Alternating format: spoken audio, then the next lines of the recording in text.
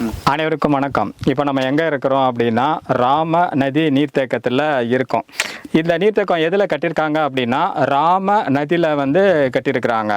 இந்த ராம நதி நீர்த்தேக்கம் எந்த இடத்துல எந்த அடிப்படையில் இருக்குது அப்படின்னு பார்த்தோம் அப்படின்னா 5150 அடி உயரத்தில் ராம நதி வனப்பகுதியில் உற்பத்தி ஆகுது. அங்கே உற்பத்தி ஆகுன அந்த ராம நதி என்ன ஆகுதுன்னா சமவெளியில் பாயுது.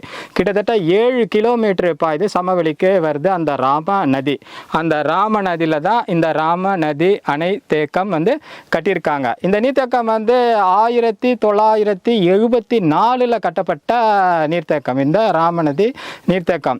இதனுடைய உயரம் அப்படின்னு பார்த்தா 84 அடி. இதனுடைய உயரம் 152 அடி. அந்த கொள்ளளவு நீரை இது சேமித்து வைக்கக்கூடிய திறன் இதுக்கு இருக்கு.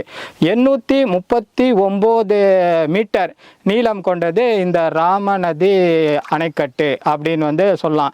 இதில் கிட்டத்தட்ட 5000 ஏக்கர் நிலங்கள் நீர்ப்பாசன வசதியை இந்த அணைக்கட்டு வழங்கக்கூடிய நிலையில் இருக்கு.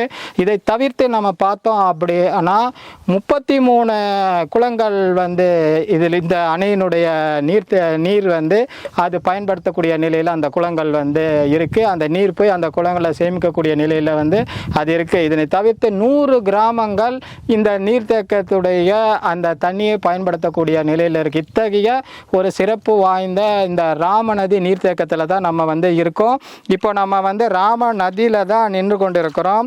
புனிதமான இந்த ராம நதிக்குன்னு பல்வேறு வரலாறுகள் உண்டு. அதை நம்ம பார்ப்போம். ராமரால் குளிச்ச இடம் அப்படின்னு சொல்லக்கூடியது தான் இந்த ராம நதி. ராமர் குளிச்ச ஒரு புண்ணியமான அந்த நதியில் நம்ம நின்றுட்டு இருக்கோம். அந்த புண்ணியத்தை அனைவரும் பெறுவோம் என்று கேட்டுக்கொள்கிறேன்.